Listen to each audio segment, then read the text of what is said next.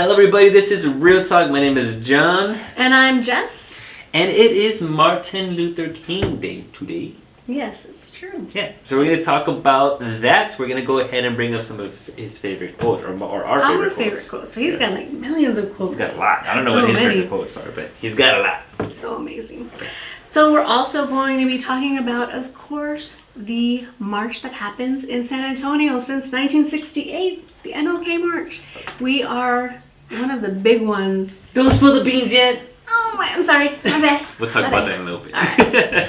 We're also going to be bringing some facts, so a little tweet there, or X. So weird. What is it? No, I don't know what to say. X, formerly known as Twitter. You have to. But yeah. Every time you see X, it's like formerly known.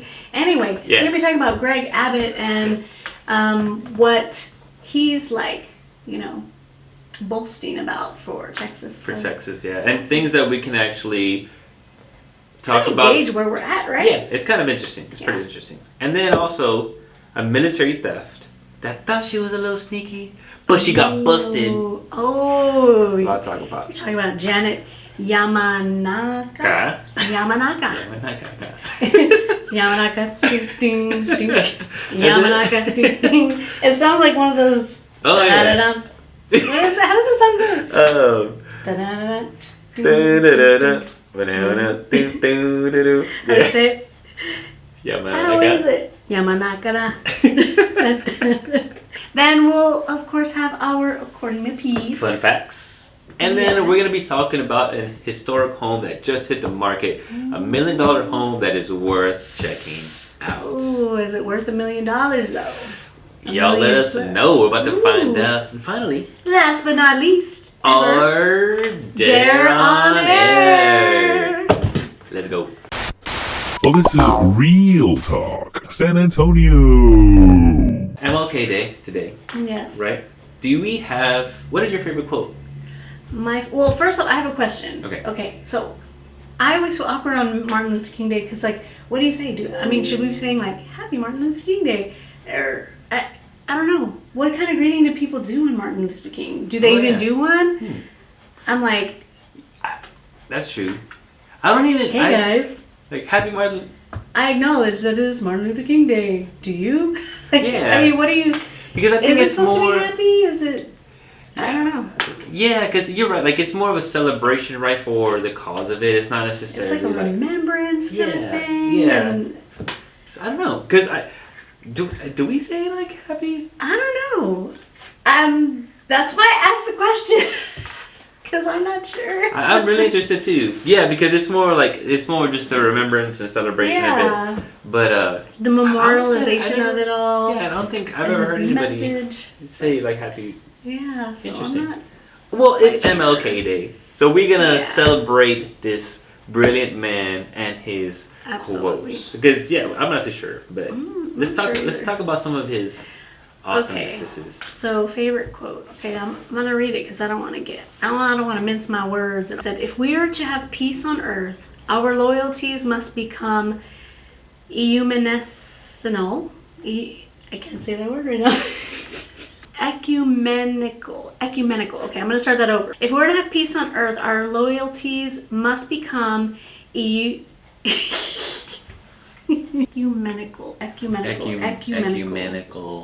If we are to have peace on earth, our loyalties must become ecumenical rather than sectional.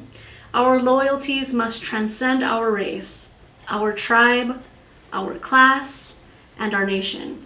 And this means we must develop a world perspective. And I just think that's beautiful. Yeah. Because so often it's my family, my ethnicity, my nation, Yeah.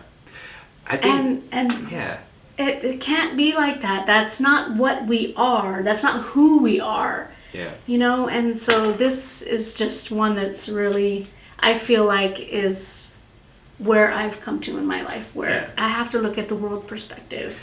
And I think the key word there is ecumenical.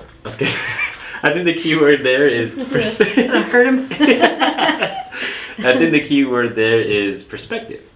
Yes. I think that if we all had the ability to really consider perspective, is really the key thing.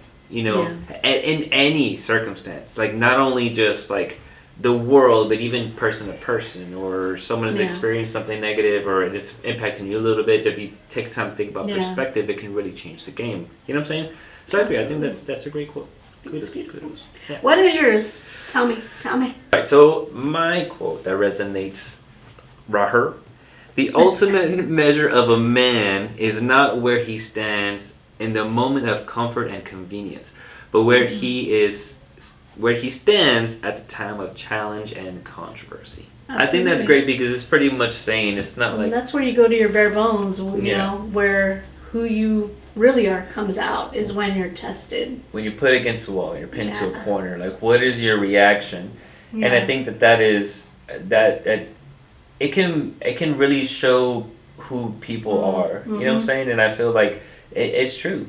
Like, when you... Where they rise to the occasion for the challenge, or they, you know, start lashing out at everything like a wounded animal does. Yeah. You know, who are you in those moments of heartache and pain? Yeah. I think that for a lot of things, I just feel like that can really impact how people think, you know what I'm saying, and being prepared for those moments in preparation, you know? I agree. Yeah, that's my favorite. It's a great quote. I love it. Thanks, I made it myself. What are y'all's favorite quotes? Sorry, did I cut you off? Yeah, I was about that. Too bad. No, go ahead. Tell us what y'all's favorite quotes are. We'd love to hear them, especially if it's one that is not as well known, you know? Yeah. You know, have you heard of these two that we, you know, favor?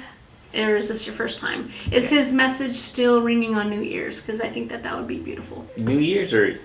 Huh? New Year's. Did I say New Year's? Yeah, I was like, New Year's. The New Year's already maybe passed. I slurred New Year's. New Year's. Tell us about the march. Now, if you guys didn't know, San Antonio is known for having the biggest MLK march in the country. A march that we began in 1968, so it's been going on for, this will be the 56th year. Yeah. It's happening today, obviously, because this is MLK Day. But, I mean, it's just amazing. Like, San Antonio, this little place in Texas, of all places, right? So, I think that's pretty dang special. Yeah. Where is the march at, though? So, the march this year, which is already going on because it started at 10 o'clock today, and it started at... the Martin Luther King Jr. Academy, which is on 3501 Martin Luther King Drive. It will end at the Pittman Sullivan Park, and that's on Iowa Street. So pretty cool. It's a little less than 3 miles, so not too long, but it is frigid, to say the least, right now. Yeah. And so, you know, that's probably going to make our numbers a little bit smaller this year, I would think, anyway. It's supposed to be like super nipply. Good timing for that, right? The MLK Commission actually is part of the ones that put on this march every year, and these are the 4 principles that they're trying to share and build in our communities. Human equality, of course, fundamentals of nonviolence, understanding and acceptance of racial harmony, and respect and goodwill. Yeah, it's beautiful. I'm curious how, you know, what kind of ways that they implement that, because those are all ideas, and ideas are great, but how do we get from idea to implementation? So, and just off the top of my head, I think a lot of it is just sharing examples of them, right? Like just reminding people of what all those things mean, you know? But I think it's really good that they're trying to bring, like, just that, those principles are just, I think they're solid across the board, you know? Anyhow, are you guys at the march today? Did you go? Share your experiences. How was it out there? Was it packed? Was it freezing? Are your toes purple? Mr. Gregg Abbott hit up X, and stated that Texas is doing pretty good. This is his quote. He said, "New year, new milestones for the mighty Texas economy." And that's the whole length of it. But he posted that the real GDP for Q3 of 2023 in Texas grew at an annual rate of 7.7%, well ahead of the national rate of 4.9. That's a big difference. What's GDP? So GDP is the gross domestic product. Yeah. So just how much we're selling. Yeah. And okay, so the interesting thing about this is that all this growth for the United States as well as Texas is being attributed to concerts, movies, and restaurants. Wow. So as interesting, right, like right away you think, oh, well, people are struggling financially, right? Yes. Like, and that's a very inflation, all those things. super fair thing to say. But I'm just curious of. That's a lot of growth for a bunch of broke people. Yeah, Just kidding, we're all broke. Yeah, but then I think about like everybody talks about 2023 being like whatever, you know what I'm saying? What it is. Strapped and tight. Entertainment is like just a nice little avenue. It's a cheap escape. It's a cheap vacation, right? Yeah. So I deserve this, I'm curious if that speaks volumes to that. I wonder how much of it is credit card debt added probably. to. I mean, they don't talk about that in this article, but Yeah. how much did our debt go up, on a, citizen metric? That's really interesting. And man, can you imagine art being the form that's carrying the GDP? That's what's happening. Which is kind of cool. Bring it to the next level. Make some more movies. But just put them on like one of the streaming services that I already pay for, please.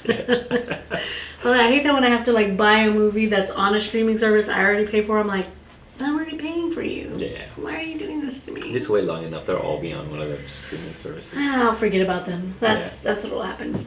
Yeah. Typically, I don't ever buy them. I'm just like, oh well, that movie wasn't for me. Bye, you gotta go. Like for me, like I'm really big on. I love movies. I love stories. Mm-hmm. You know what I'm saying? Like I love a good story. So if you, for example, what's that movie that came out of Oppenheimer, right? Oh yeah, like, that was good. Yeah, but the thing is like it's not only a good story.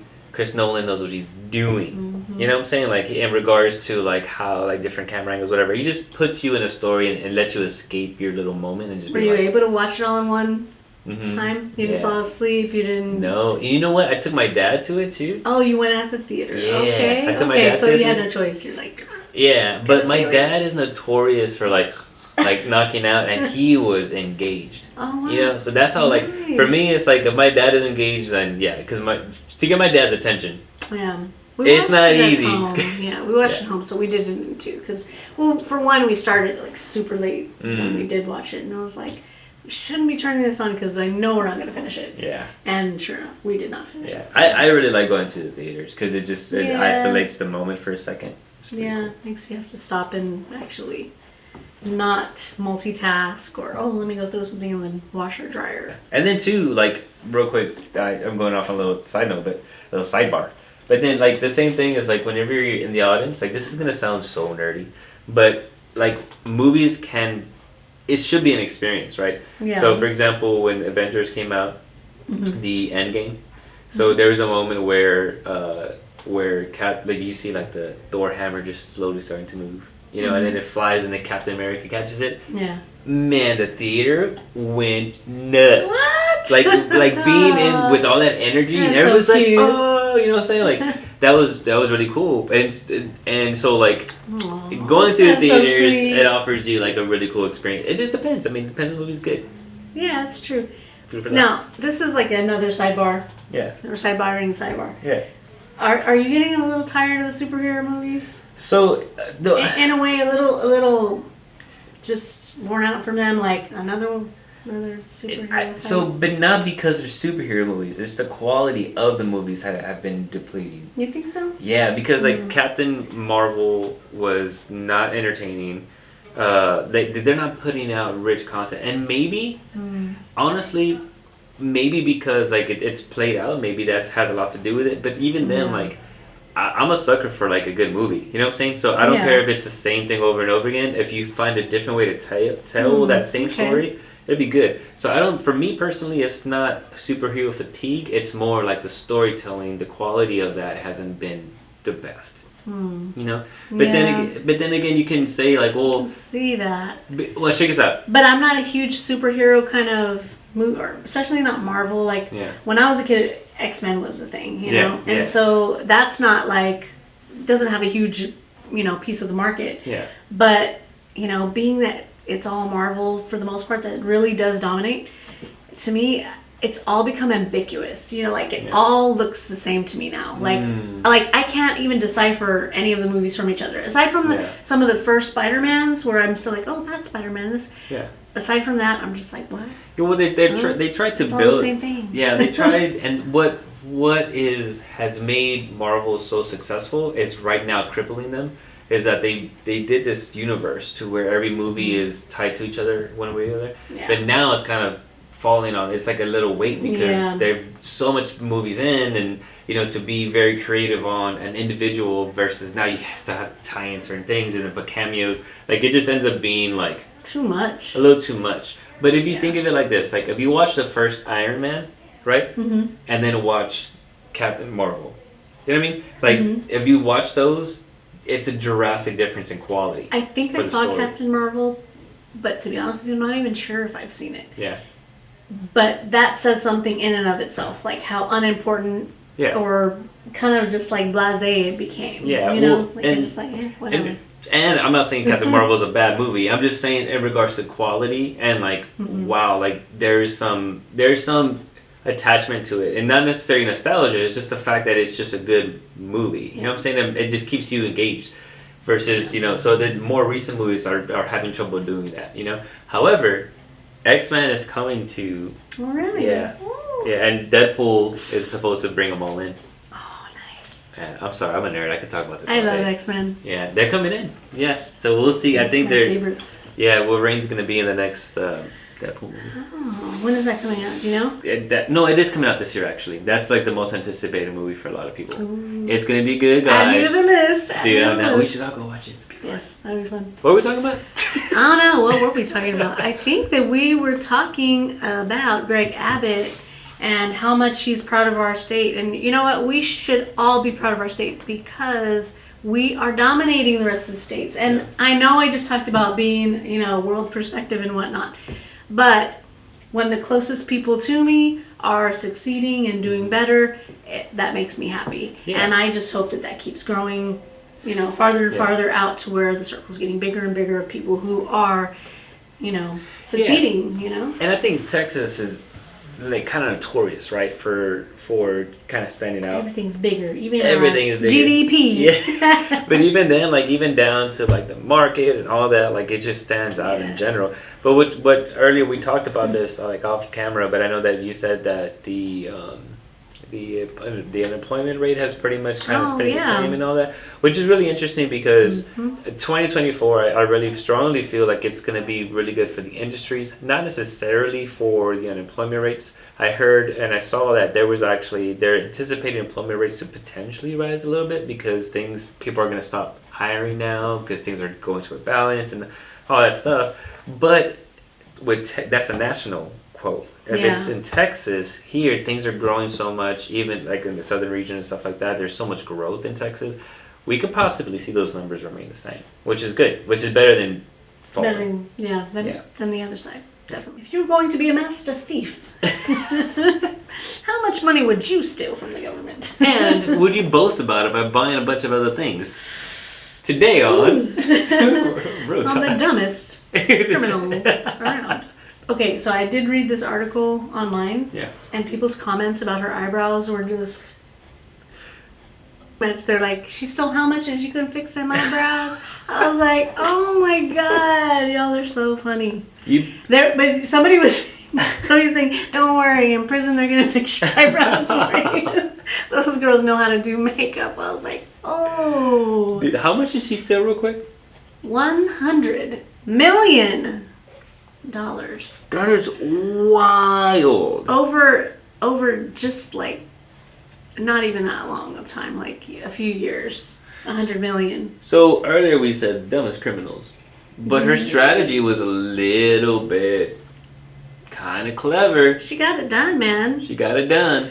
She's 57 years old and under investigation for months over billings related to a business she controlled called Child Health and Youth Lifelong Development. So she would essentially, like, she was making the payments, making the grants to different organizations within the 4-H club, right? Yeah. So, like, 4-H club chapter over here, they need whatever for their animals, or they need this or that for travel. Yeah. And so she would disperse this grant money, right? Well, she just made one company that was herself and was granting herself all kinds of money. So, like, they're averaging 40 payments to this fake company a year. Wow. To the tune of a total of $100 million. Basically, if you want to know how to defraud somebody, this whole article in the San Antonio Express News is your go-to guide, and it'll tell you exactly how she did it. Because, I mean, she made a fake company.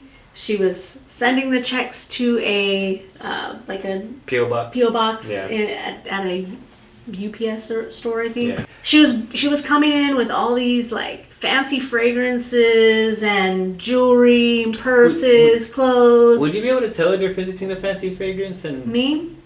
I don't think I would be able to tell. I wouldn't. Like, that smells like a million. Wouldn't you like? But if all those things are in conjunction with each other, plus like expensive vehicles, and then I'm getting a property here and there. She had like, I think like 7 properties. I think she invested in real estate. I'm just kidding. But you know what though? That is the silliest all thing. Seized now. Done been seized. But that is rule 1. Like whenever you don't want to attract attention. Don't attract attention. Like, have you not seen Breaking Bad? Homeboy with El Pollo Brothers or whatever.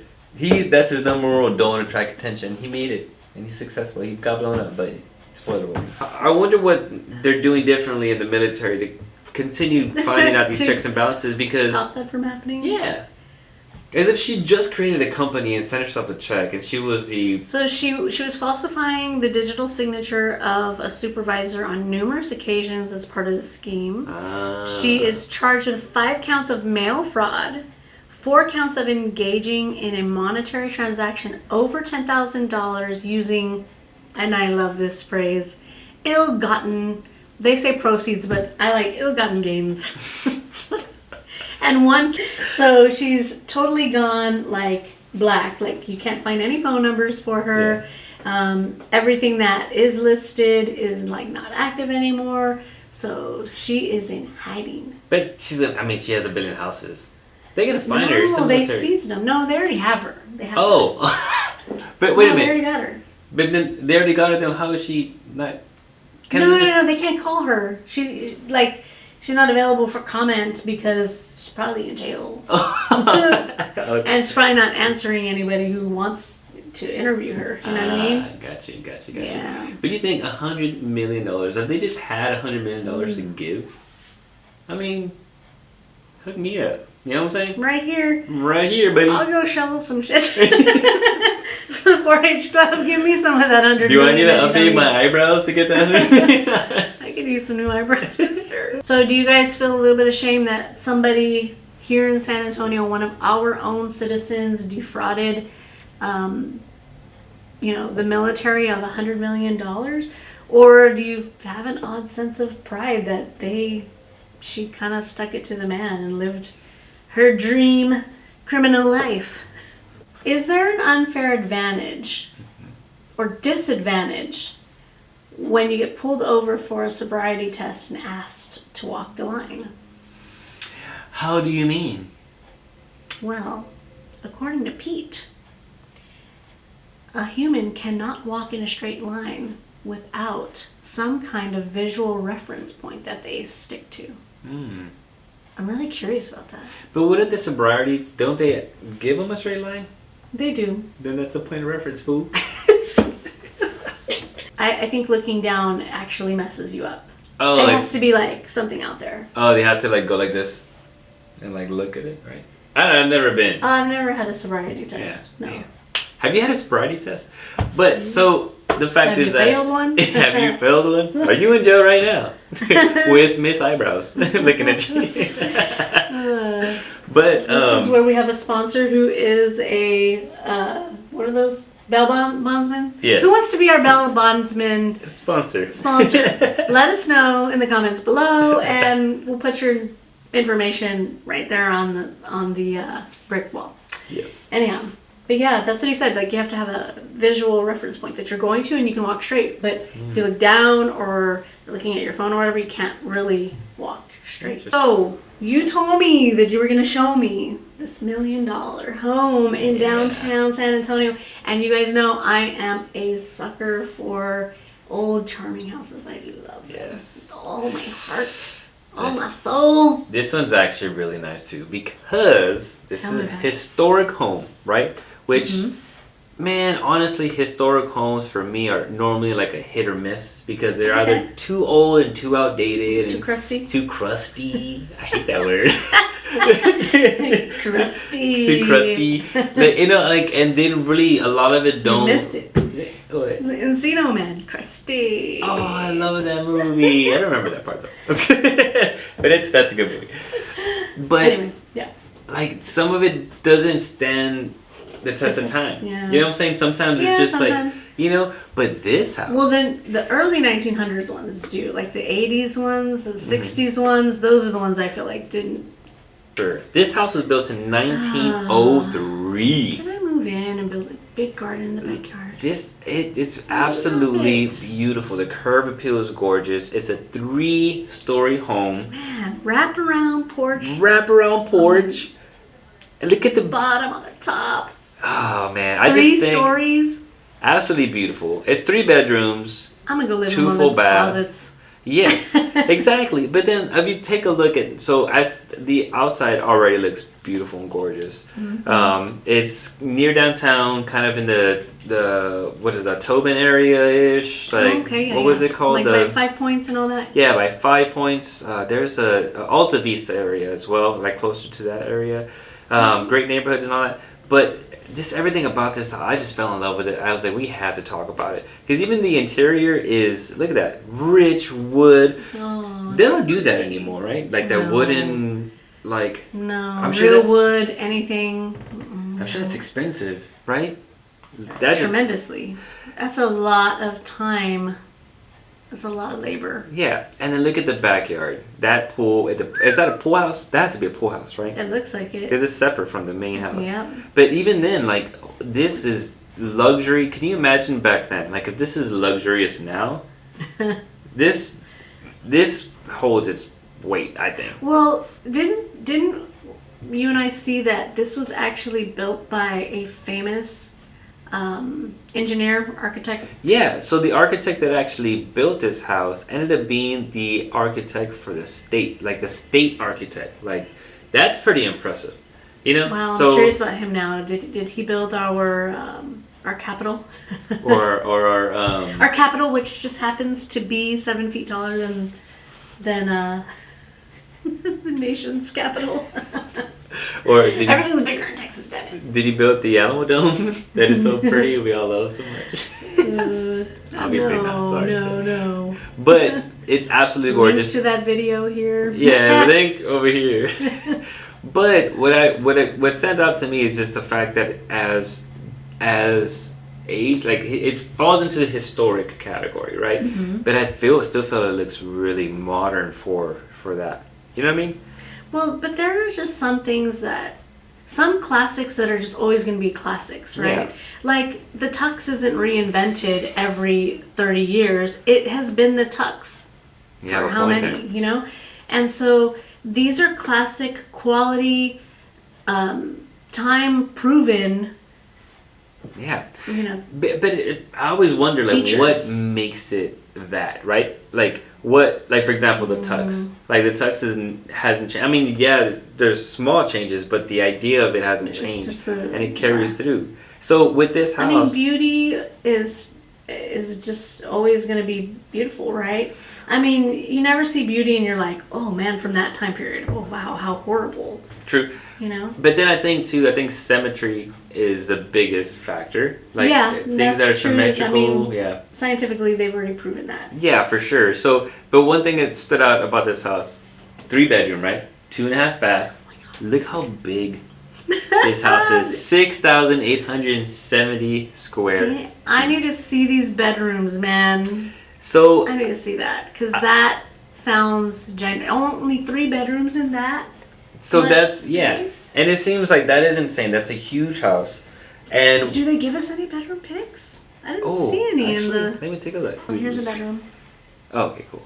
We should totally go see this house, though, right? So the bottom floor is all living stuff, like living room, area, yeah, all that. You know, but the second story is going to be all the bedrooms. But look at the dimensions: 20 by 18, 19 by 18. The primary is 25 by 17, and then look at the primary bath: 20 by 11. That's a big ass bathroom. That's huge.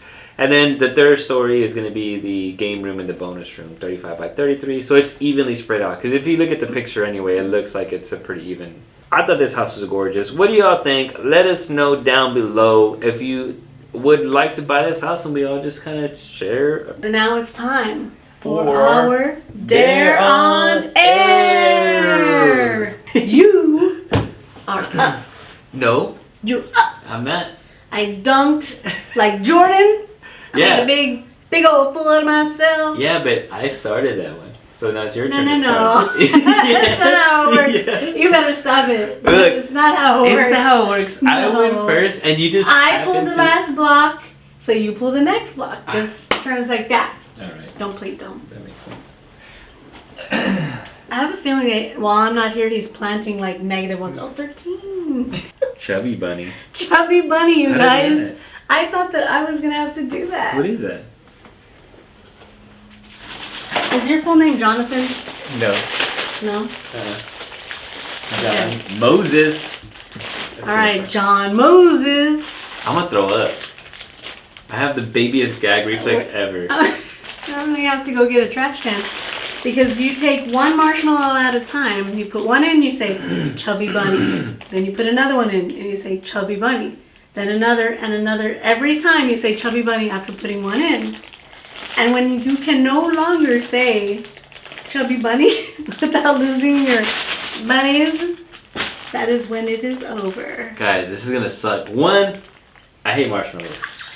Two, I anything in my mouth, I get like. I'm gonna go get a trash Yeah, get a trash can. I'm already getting like Oscar. Okay, don't think of it. Water. You got this. I believe in you. Dang, I don't have anything on my phone to record this from my point of view. Oh my god, I put this right here. Here you go. I already feel like I want to throw up. Okay. Strawberry bunny. Oh my gosh, it's not good. It's not gonna be good. Not gonna be good.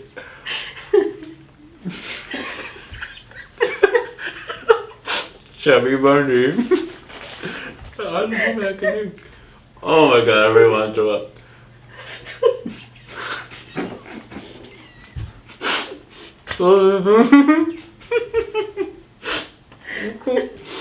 Most people can do like 12 or 12 to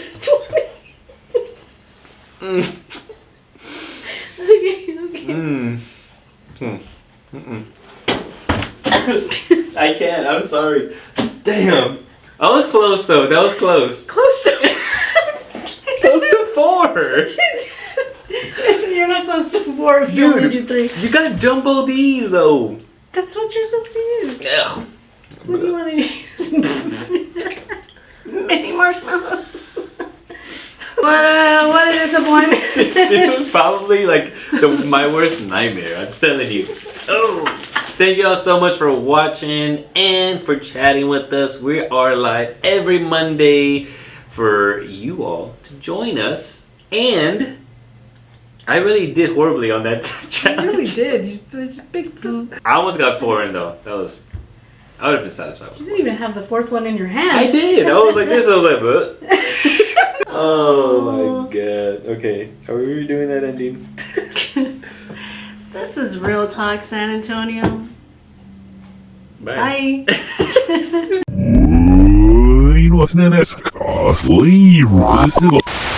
Like, so when I brush my teeth, if there's like a little too much toothpaste Really? in my mouth, I'll throw up.